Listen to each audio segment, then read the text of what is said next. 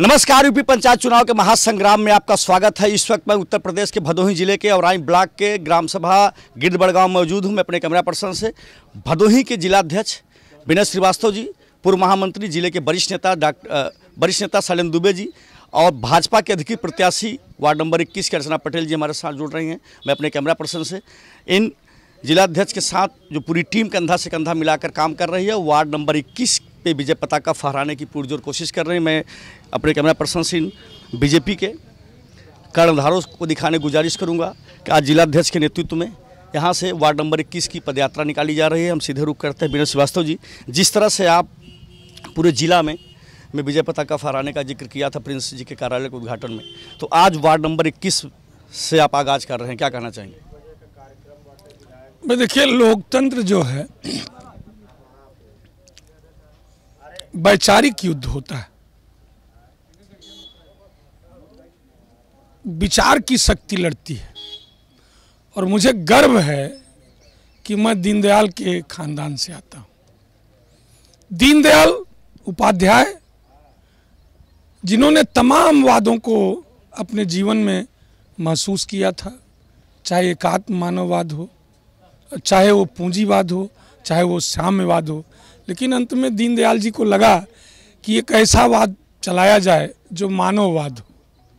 मानव है तभी सारे लोग हैं, और उन्होंने एकात्म मानववाद की जो रचना की, उसमें जो उन्होंने मनुष्य की मूल की समग्र उत्थान की जो व्यवस्था दी, उसी दीनदयाल का यह विचार आज पंचनिष्ठा के रूप में भारतीय जनता पार्टी के कार्यकर्ताओं का मूल मंत्र है। वो निष्ठा है कि भारतीय जनता पार्टी का कार्यकर्ता राष्ट्रवाद में विश्वास करता है, भारतीय जनता पार्टी का कार्यकर्ता लोकतंत्र में विश्वास करता है, ये धर्मनिरपेक्षता में विश्वास करता है, ये आपसी सहयोगी आर्थिक व्यवस्था में विश्वास करता है, और पांचवा और अंतिम निष्ठा है भारतीय जनता पार्टी का कार्यकर्ता मूल्य आधारित। और मूल्य किसका?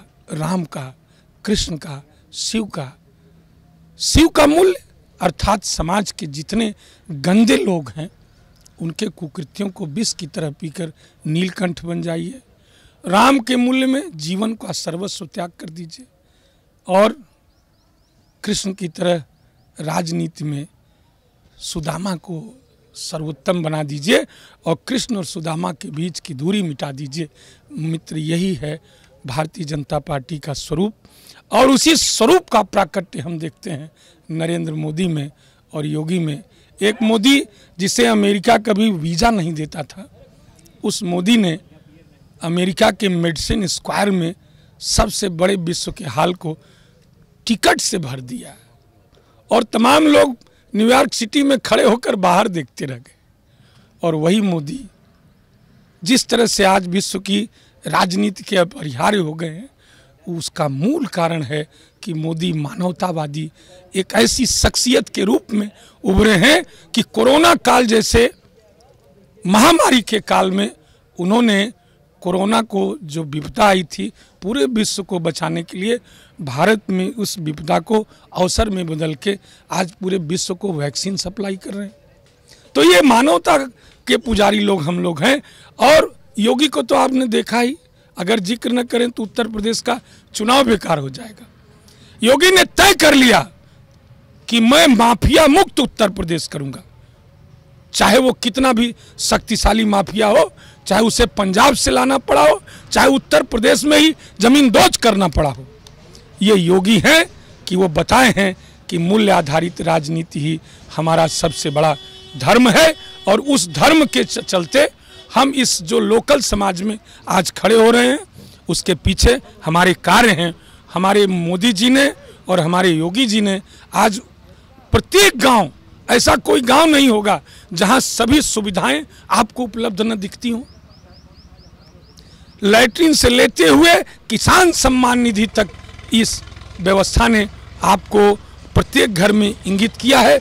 गरीबों की बेटी को पहले पैसा सरकार देकर लूटा करती थी, आज तो देखते हैं 150-150, 200 गरीब बेटियों का हम उद्धार कर रहे हैं। साथ ही बेटी पढ़ाओ बेटी बचाओ जैसे आंदोलन करके हम मूल समाज को आज उस ऊंचाई पर ले जा रहे हैं जहां अर्चना पटेल का कमल इस वार्ड संख्या 21 में खिलकर उगता हुआ सूरज ये बताएगा कि इस वार्ड की जनता जो 21-22 गांव है वो मोदी के साथ है, वो योगी के साथ है, वो अर्चना के साथ है। अर्चना मतलब एक कार्यकर्ता, एक ऐसी कार्यकर्ता जो आपके घर से निकली है, आपकी बहन है, आपकी बेटी है। और इसके खिलाफ हमारे ही दल के 2-3 ऐसे बंदे जिनकी बीबियां कभी किसी दूसरे का दरवाजा तक नहीं देखी होंगी, वो पुरुष के बल पे मैं बता रहा हूं कि किस तरह वो हिम्मत कर रहे हैं कि अपनी पत्नी का नाम देकर खुद लोकतंत्र को गंदा कर रहे हैं।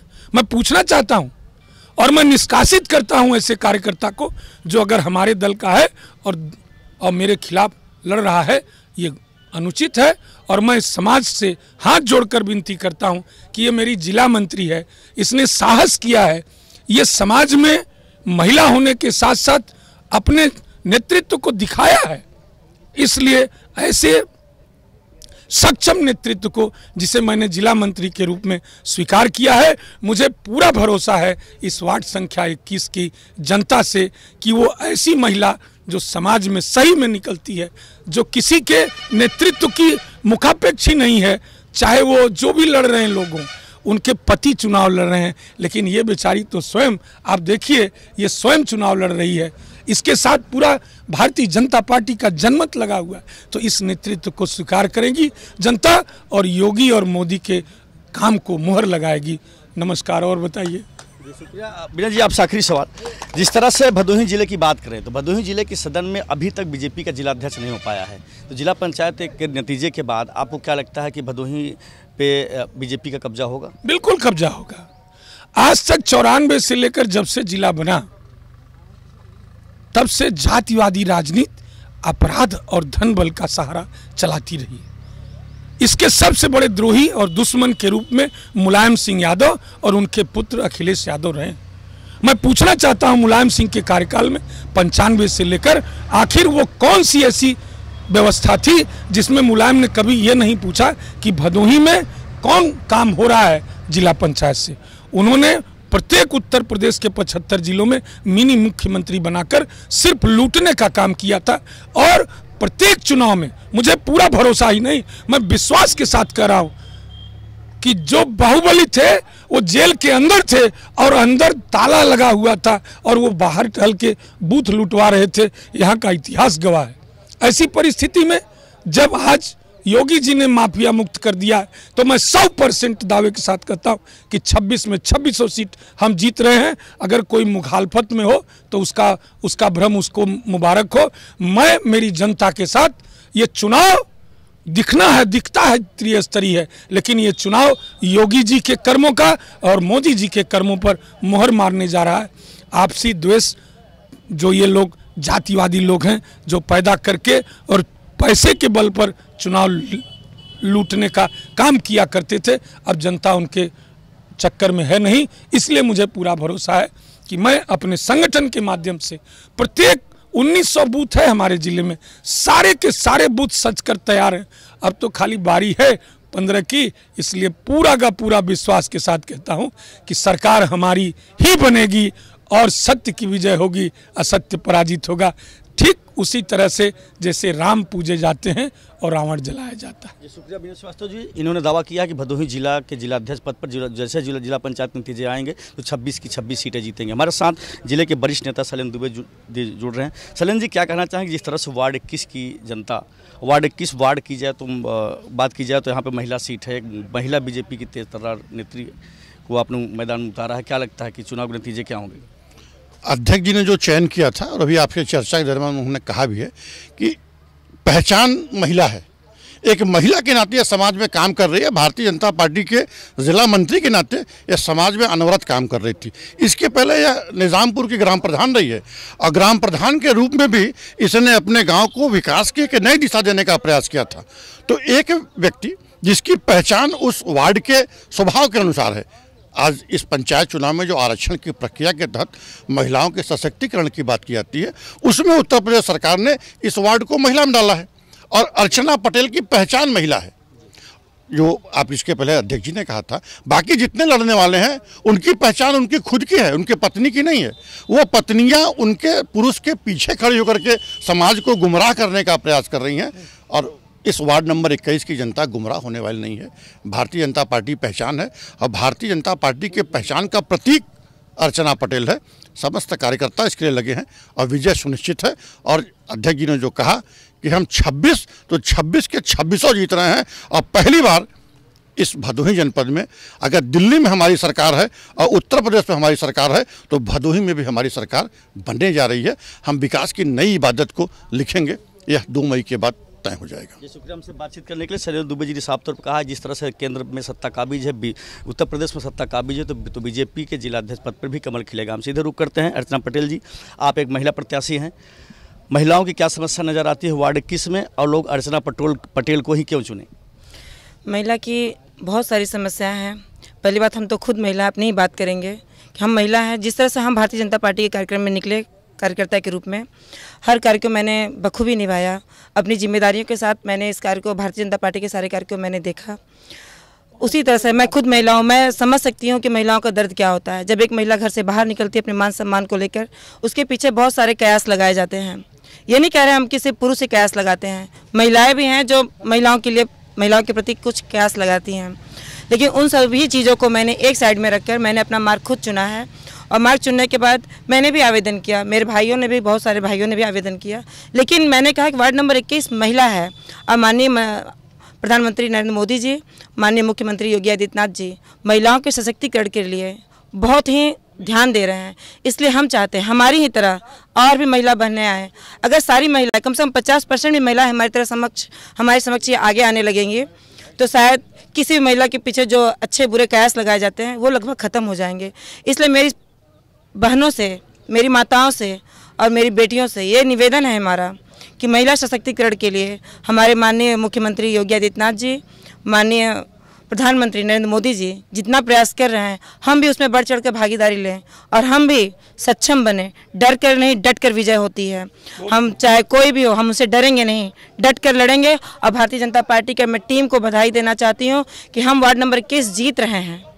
मैं सिर्फ अपने लिए नहीं कह रही हूँ, क्योंकि हमारे पूरे पार्टी का सम्मान लगा हुआ है। हमारे पार्टी के बड़े से लेकर छोटे कार्यकर्ता उसमें भागीदारी दे रहे हैं, वो हमारा सहयोग कर रहे हैं।